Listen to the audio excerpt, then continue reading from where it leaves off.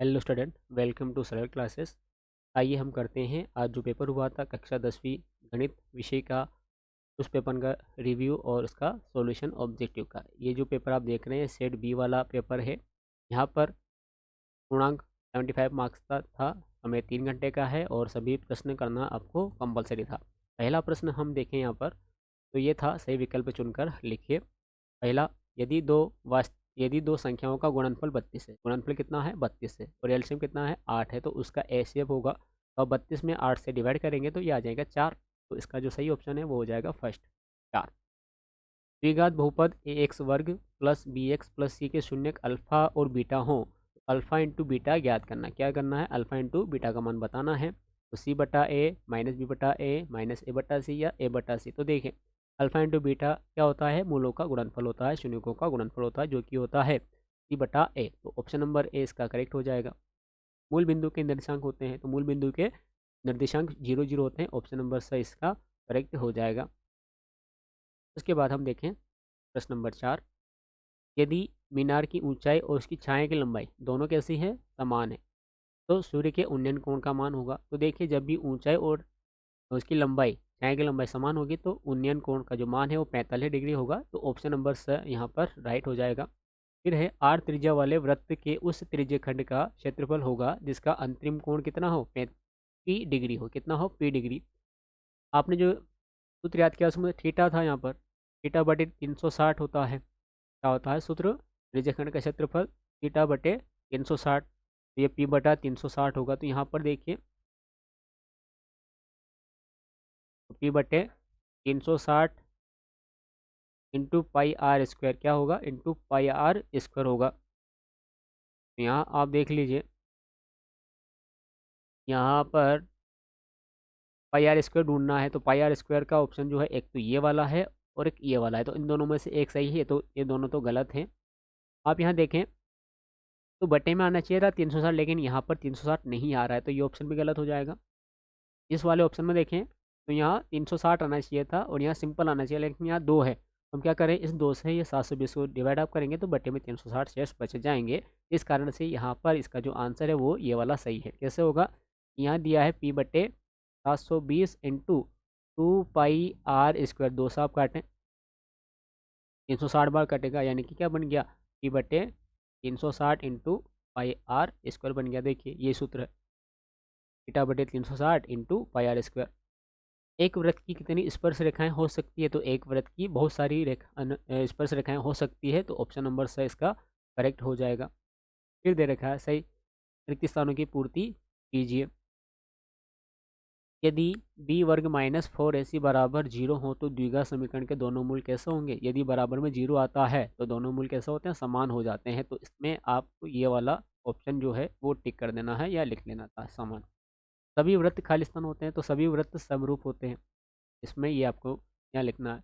-10 -6 -2, 2 का सार्वंतर खालिस्तान है। तो दूसरे में से पहला आप माइनस करेंगे, जैसे कि -6 माइनस -10, यानी कि -6 प्लस 10, 10 प्लस का 6 माइनस का घटा लो, 4 बचेंगे प्लस के, तो प्लस का 4 इसका आंसर हो जाएगा। प्रथम एन जो धन पूर्णांक है उनका योग का सूत्र क्या होता है? तो ये होता है n+1/2। तो इसका आंसर आपको ये लिखना था। फिर है, बेलन के आयतन का सूत्र होता है। तो बेलन का आयतन का सूत्र होता है पाई आर स्क्वायर एच। क्या होता है? पाई आर स्क्वायर एच होता है। √7 एक खालिस्तान संख्या है, तो √7 एक अपरिमेय संख्या है। तो आपको यहाँ पर ये भर देना था। उसके बाद अगला प्रश्न हम देखते हैं, सही जोड़ी का मिलान कीजिए। पहला है साइन 60 का मान लिखे। तो साइन 60 जब आप सारणी बनाते हैं, साइन 60 का मान आप देखते हैं तो ये होता है √3/2। इसका मिलान आपको यहाँ पर कर देना था। फिर है 1 + tan वर्ग थीटा, तो सर्वसमयका सेक वर्ग थीटा की, तो इसका मिलान आपको सेक वर्ग थीटा के साथ में कर देना है, ये यहाँ पर लिखा है। साइन वर्ग 25 + कोस वर्ग 25, यानी कि साइन वर्ग थीटा प्लस कोस वर्ग थीटा बराबर 1। तो इसका मिलान आपको 1 से कर देना है। सेक 90 माइनस थीटा, तो सेक 90 माइनस थीटा क्या होता है? कोसेक थीटा होता है। तो इसका मिलान आपको यहाँ पर कर देना है। फिर अंडर रूट में 1 माइनस कोस वर्ग थीटा, तो ये साइन थीटा का सूत्र है, उसका मिलान साइन थीटा से कर देना है। ये हो गया। टेन 60, तो टेन 60 का जो मान होता है वो होता है √3। क्या होता है? √3। तो इसका मिलान आपको यहाँ पर कर देना है। फिर आते हैं अगले प्रश्न, एक वाक्य में या एक शब्द में उत्तर दीजिए। एक वाक्य एक शब्द में उत्तर देते हैं इनके। दो चरों x और y वाले रैखिक समीकरण का मानक रूप लिखिए। तो दो चर वाले रैखिक समीकरण का मानक रूप क्या है? तो ये होता है मानक रूप क्या होता है? तो ये होता है a1x प्लस b1y बराबर c1। आप चाहे तो दो भी लिख सकते हैं, तो दूसरा क्या हो जाएगा? ये हो जाएगा a2x प्लस b2y बराबर c2। ये दोनों लिख सकते हैं, चाहे तो एक भी लिख सकते हैं। यहाँ पर दो चरों वाले रैखिक समीकरण का मानक रूप था, तो कोई भी लिख सकते हैं।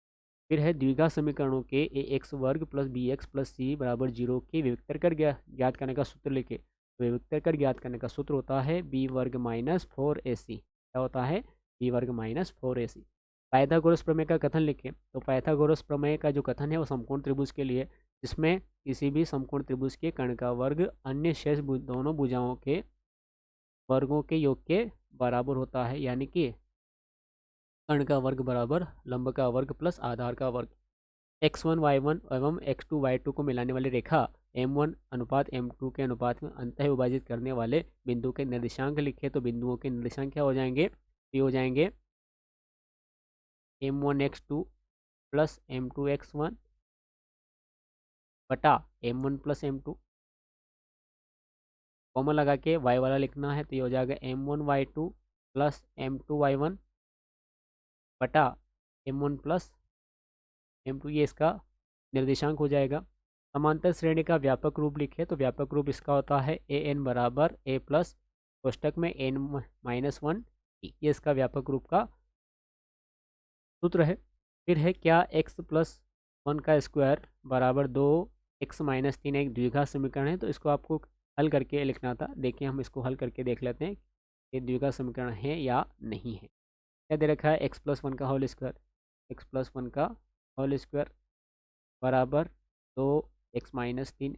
इसको a प्लस बी होल वर्ग वाले से आप खोल सकते हैं। तो ये होगा a का वर्ग यानी कि x का वर्ग, b का वर्ग यानी कि 1 का वर्ग 1 प्लस 2ab यानी कि 2x बराबर 2 का इंटू एक्स में होगा 2x और 2 तिया 6। इसको इधर लेके आ जाओ तो x square plus 1 plus 2x minus 2x plus 6 बराबर 0। 2x से 2x कट गया, ये हो गया एक्स स्क्वायर प्लस 7 बराबर 0। तो एक्स स्क्वायर यहाँ बचा हुआ है, तो ये वर्ग समीकरण है, द्विघात समीकरण है। तो इसका जो आंसर है वो आप क्या लिख देंगे कि ये इस प्रकार से करके भी आप इसका आंसर लिख सकते हैं कि यह एक द्विघात समीकरण है।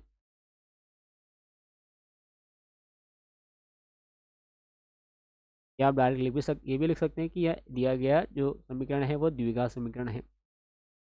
उसके बाद प्रश्न नंबर 5, सत्य असत्य लिखिए। तो समरूप आकृतियां अनिवार्यतः सर्वांगसम होती है? तो बिल्कुल ये जरूरी नहीं है कि जो समरूप आकृतियां दी है वो सर्वांगसम भी हो, तो ये असत्य हो जाएगा। समकोण त्रिभुज का क्षेत्रफल 1/2 आधार इंटू ऊंचे होता है? तो सत्य है, इस सूत्र का प्रयोग हम करते हैं। बिंदु -8 6 तृतीय चतुर्थांश में स्थित होगा? तो देखिए चतुर्थांश ये होता है, ये फर्स्ट होता है, ये सेकंड, ये थर्ड और ये फोर्थ चतुर्थांश है ना। तो यहाँ पर ये प्लस प्लस होते हैं दोनों। ये वाला जो है ये माइनस और ये प्लस होता है, ये माइनस माइनस होता है। और ये वाला जो है ये प्लस और माइनस होता है। तो आप देख लीजिए माइनस प्लस है तो माइनस प्लस कहाँ है? सेकंड वाले में है, तो ये असत्य हो जाएगा। वृत्त के दो बिंदुओं पर प्रतिच्छेद करने वाली रेखा को छेदक रेखा कहते हैं? बिल्कुल सही है, सत्य है। समरूप वृत्तों का परिमाप सदैव बराबर होता है? तो ऐसा जरूर नहीं है, ये भी असत्य है। फिर आया है शंकु का आयतन बेलन के आयतन का एक तिहाई होता है? तो बिल्कुल सत्य है।